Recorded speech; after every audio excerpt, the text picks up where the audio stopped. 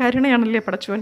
നമുക്ക് ചെയ്യേണ്ട കാര്യങ്ങൾ ചെയ്യേണ്ട രീതിയിൽ ചെയ്തു കഴിഞ്ഞാൽ നമ്മുടെ അമലുകളുടെ പട്ടിക ഇങ്ങനെ ഉയർന്നു കൊണ്ടിരിക്കും. സോ നമ്മുടെ വീട്ടിൻ്റെ അടുത്തെങ്കിൽ ഏതെങ്കിലുമൊക്കെ പാവപ്പെട്ട പിഞ്ചോമനകളുണ്ടെങ്കിൽ, സാമ്പത്തികപരമായി കുറച്ച് പിന്നോക്കം നിൽക്കുന്നവരുണ്ടെങ്കിൽ, നമുക്ക് സഹായിക്കാൻ പറ്റുന്നവരാണെങ്കിൽ, വിശേഷ ദിവസങ്ങളൊക്കെ വരുമല്ലേ, പെരുന്നാൾ, ഓണം, ക്രിസ്മസ് ഇങ്ങനെയൊക്കെ വരുന്ന സമയത്ത് നമ്മളെ മക്കൾക്ക് തുണി എടുക്കുന്നതിൻ്റെ കൂട്ടത്തിൽ ഒരു ഡ്രസ്സ് അല്ലെങ്കിൽ ഒരു ഷർട്ട് പോട്ടെ, ഒരു ഫ്രോക്ക് ആ കുഞ്ഞിനും കൂടെ എടുത്ത് കൊടുക്കാം, ശീലിക്കാം അല്ലേ.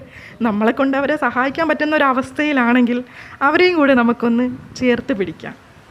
ഈ ഒരു ചിന്ത നമ്മളിൽ എന്ന് ഉടലെടുക്കുന്നുവോ, നമ്മൾ മറ്റുള്ളവർക്കും കൂടെ ഉപകാരം ചെയ്യപ്പെടുന്ന രീതിയിൽ റൂഹാകണം എന്ന് മുതൽ നമ്മൾ ചിന്തിക്കുന്നു, അന്ന് മുതലാണ് ആസ് എ ഹ്യൂമൻ ബീൻ നല്ലൊരു റൂഹിൻ്റെ ഉടമകളാവുക. ഞാൻ പറയുന്നത് ശരിയല്ലേ?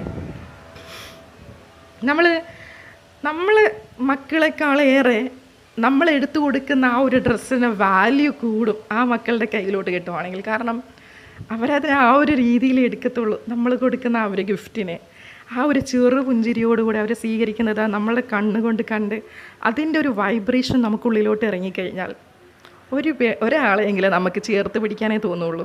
ഒരു എക്സാമ്പിളും കൂടെ പറഞ്ഞു പോവാം. നമ്മളിങ്ങനെ വഴി കൂടെ നടന്നു പോകുമ്പം ഇതെങ്കിലും ഒരു അപ്പാപ്പൻ ഫുഡൊന്നും ഇല്ലാണ്ട് വിശന്നിരിക്കുകയാണ്.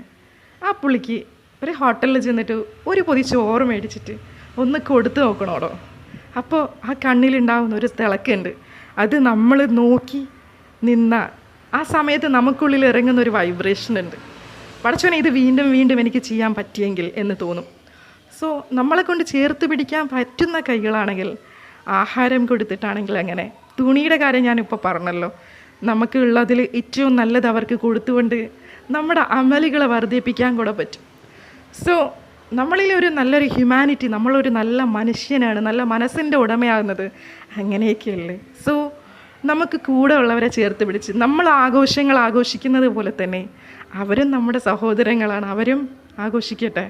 സോ അവർക്ക് ഇല്ലാത്തത് കിട്ടുമ്പോഴുള്ളൊരു തിളക്കം, അതൊക്കെയാണ് ഏറ്റവും പൊളി വൈബ് എന്ന് പറയുന്നത്. സോ അടുത്ത് നമ്മളെ ചുറ്റുമൊന്നും പരിശോധിച്ചാൽ മനസ്സിലാവും, ഇല്ലാത്ത മക്കളെ അവർക്കും കൂടെ എന്തെങ്കിലുമൊക്കെ എടുത്തു കൊടുക്കുന്ന കൈകൾ ആവട്ടെ, അവരെ കൂടെ ചേർത്ത് പിടിക്കുന്ന മനസ്സാവട്ടെ നമ്മുടെ എന്ന് പറഞ്ഞുകൊണ്ട് ഞാനിപ്പോൾ നിർത്തുന്നു. ഞാൻ നിങ്ങളുടെ മുഫി.